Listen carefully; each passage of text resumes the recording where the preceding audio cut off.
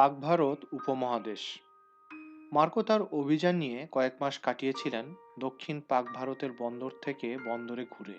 এখানে আবার তিনি বিবরণে লিখতে শুরু করলেন বাসিন্দাদের এবং তাদের বিচিত্র চালচলনের। প্রথমে তিনি করমণ্ডল উপকূলের নিকটবর্তী এক উপসাগরে মুক্তা শিকার দেখে বেরিয়েছিলেন। অগভীর উপসাগরের মধ্যে নোঙর করে থাকত নানা আকারের বহু নৌকা। তিনি দেখেছিলেন জালের তৈরি থলে কটিতে বেঁধে নিয়ে নিপুণ ডুবুরিরা ডুব দিয়ে যেত উপসাগরের তলায়। যতক্ষণ শ্বাস রাখা যায় ততক্ষণ নিচে থেকে তারা শক্তি সংগ্রহ করত। তারপর উপরে ভেসে উঠে খানিকক্ষণ বিশ্রাম করে আবার ডুব দিত তারা। এমনি করে কেটে যেত তাদের সারাটা দিন। মুক্তা শিকারের কাজটা খুব নিরাপদ ছিল না। সাগরের পানিতে থাকতো অসংখ্য নরখাদক হাঙ্গর। তাই নৌকার মালিকরা সঙ্গে আনতো কয়েকজন জাদুকর।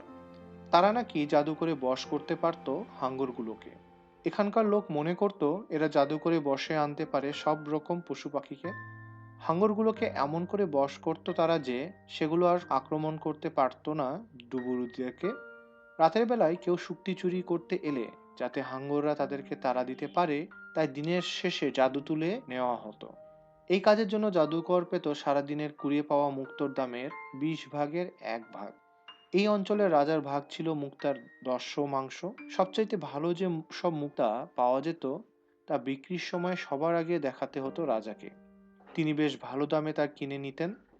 দেশের অন্যান্য লোকেদের মতো রাজারও পরনে কাপড় থাকতো সামান্য, কিন্তু তার গলায় থাকতো 104টি মুক্তা আর লাল দিয়ে তৈরি একটি মালা। তার ধর্ম অনুযায়ী তিনি দিনের মধ্যে কয়েকবার করতেন প্রার্থনা। তাদের প্রার্থনা ছিল 104 বার করে প্রভুর নাম জপ। তসবির মতো মণিমুক্তার মালা নিয়েই তিনি করতেন নাম জপ। রাজার প্রত্যেক বাহু ও পায়ে থাকতো 3টি করে মণিমুক্তা বসানো সোনার বালা। আর তার হাতের ও পায়ের আঙ্গুলে থাকতো বহুদামি অঙ্গুরি। মার্কো বলেছেন এসব দামি জিনিসের ব্যবস্থা করতে তার অসুবিধা নেই, কারণ সব রকম মণিমুক্তা জন্মে তারই রাজ্যে। রাজা মারা গেলে তার পুত্র সিংহাসন পেতেন, কিন্তু পিতার সম্পদের উত্তরাধিকার পেতেন না।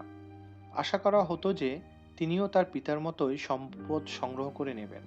মার্কো অনুমান করেছেন যে এমনি করে বহু পুরুষ ধরে সীমাহীন ধনরত্ন সংগৃহীত হয়েছিল রাজভাণ্ডারে। তিনি এমন সব কাহিনী নিয়ে দেশে ফিরে যাচ্ছিলেন যা শুনে প্রলুব্ধ হবে ভাবিকালের অভিযাত্রীরা। পাক ভারতের বাসিন্দাদের সব রকমের চালচলন অবশ্য তার ভালো লাগতো না। কোনো কোনো ব্যাপার তিনি বুঝে উঠতে পারেননি বলেই বিয়ের রেওয়াজের মতো কোনো কোনো বিষয় নিয়ে তিনি কিছুটা বিরূপ মন্তব্য করেছিলেন। কিন্তু তিনি যা বলেছেন তার মধ্যে অনেকখানি ছিল সত্যি। দেশে চলতি অনাচারের কথা বলতে গিয়ে মার্কো বলেছেন যে কোনো পুরুষ মারা গেলে তার দেহ পুড়িয়ে ফেলার সময় তার স্ত্রীকেও চিতায় আত্মসমর্পণ করে তার সাথেই মরতে হতো। গো পূজার উল্লেখও তিনি করেছিলেন। চীনে তিনি লোককে রোজ গোসল করতে দেখে বিস্মিত হয়েছিলেন, কিন্তু এখানে এসে তিনি দেখলেন যে পুরুষ ও নারী সবাই দিনে 2 বার করে পুরোপুরি গোসল করে। ভোরবেলায় গোসল না করে তারা কেউ খানাপিনা করে না, তারপর আবার গোসল করে সন্ধ্যায়। এ নিয়ম মেনে কেউ না চললে তাকে সবাই করে ঘৃণা। খাবার বেলা তারা শুধু ডান হাতই ব্যবহার করে, বাম হাত দিয়ে কোনো খাদ্য স্পর্শ করে না। কেবল অপরিচ্ছন্ন জিনিস স্পর্শ করতে তারা লাগায় বাম হাত। প্রত্যেকেরই থাকে আলাদা আলাদা পানপাত্র। অপরের পাত্রে তারা কখনো কিছু পান করে না। পানপাত্র তারা কখনো ওষ্ঠে লাগায় না। পান করার সময়ে পানীয় ঢেলে দেয় উপর থেকে মুখের মধ্যে। মার্কো পাক ভারতের বাসিন্দাদের কঠোর বিচার বুদ্ধির যথেষ্ট প্রশংসা করেছেন। কোনো লোক দেনা শোধ না করলে তার পাওনাদার তার চারপাশে এঁকে দিত বৃত্ত। দেনাদার সেই বৃত্ত পেরিয়ে যাওয়ার চেষ্টা করলে তাকে দেওয়া হতো মৃত্যুদণ্ড। মার্কো নিজে তার একটি নজির দেখেছিলেন। দীর্ঘকাল ধরে এক রাজা এক বিদেশি সওদাগরের কাছে টাকা ধার নিতেন। একদিন তিনি যখন বেরিয়েছেন ঘোড়ায় সওয়ার হয়ে, তখন সেই সওদাগর জনতার মাঝখান থেকে বেরিয়ে এসে রাজা আর তার ঘোড়ার চারদিকে এঁকে দিল এক বৃত্ত। রাজা তক্ষুনি থেমে পড়লেন সেখানে। পুরো দেনাটা শোধ করে দেওয়ার আগে এক পাও নড়লেন না বৃত্তের ভেতর থেকে। প্রতীক্ষমান জনতা রাজার প্রশংসায় মুখর হয়ে উঠল। তিনি নিজে এই দেশের আইন মেনে চলেছেন বলে তাকে তারা খেতাব দিল মহা ন্যায়বান। লোক যখন সোজা হয়ে দাঁড়াতো তখন তার ছায়ার দৈর্ঘ্য দেখে পাক ভারতের বাসিন্দারা তখন দিনের ঘন্টা স্থির করত। সপ্তাহের প্রতিদিন তারা বিশেষ একটি ঘন্টাকে বলতো অশুভ মুহূর্ত। এই সময়টায় তারা কোনো রকম কাজ করতো না, কারণ তাদের ধারণা ছিল যে এই সময় কাজ করলে তা সফল হবে না। সারা বছরের প্রতিটি দিনের দোষগুণ তাদের বইয়ে লেখা থাকতো। কোনো শিশু জন্মগ্রহণ করলে তার বাপ মা তার জন্মের ঘন্টা ও মাসের তারিখ লিখে রাখতো, এবং মার্কোর কথায় আরো লিখে রাখতো চাঁদের বয়স। এর কারণ শিশুর জীবনের প্রতিটি ভবিষ্যৎ কাজকর্ম নিয়ন্ত্রণ করা হতো জ্যোতিষশাস্ত্র দ্বারা।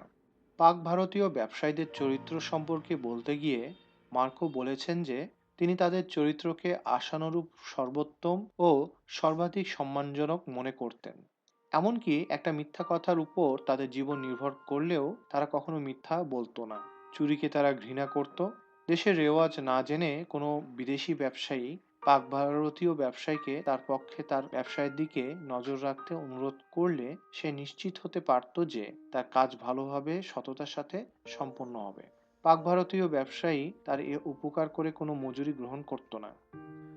মার্কো পাক ভারতের সাধুদের কথা সসম্ভ্রমে উল্লেখ করেছেন। তাদেরকে বলা হতো যোগী।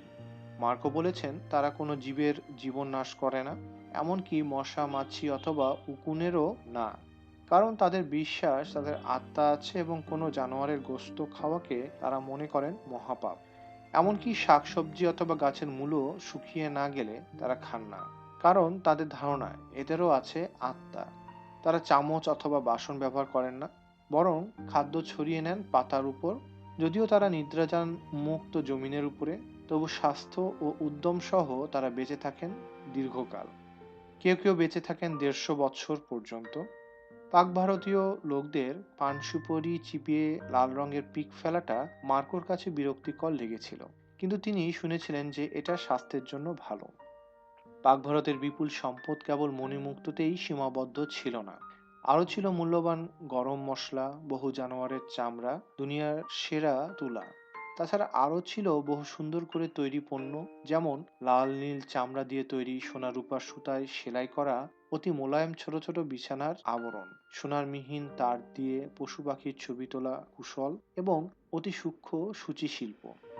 মার্কো এমনটি আর আগে দেখেননি কোথাও। এইসব এবং আরো বহু রকম পণ্য নিয়ে যাবার জন্য বাণিজ্য জাহাজ চীন ও পশ্চিম থেকে এসে ভিড়ত এখানকার সমুদ্র বন্দরে। পাক ভারতের উপকূল দিয়ে মার্কো যখন উত্তর দিকে এগিয়ে যাচ্ছিলেন, তখন তিনি দেখলেন আরব ও পারস্য উপসাগর থেকে আগত কতগুলি জাহাজ। তিনিও সেই পথেই চলেছিলেন। সামনে তিনি দেখতে পাচ্ছিলেন তার দীর্ঘ সমুদ্র সফরের সমাপ্তি।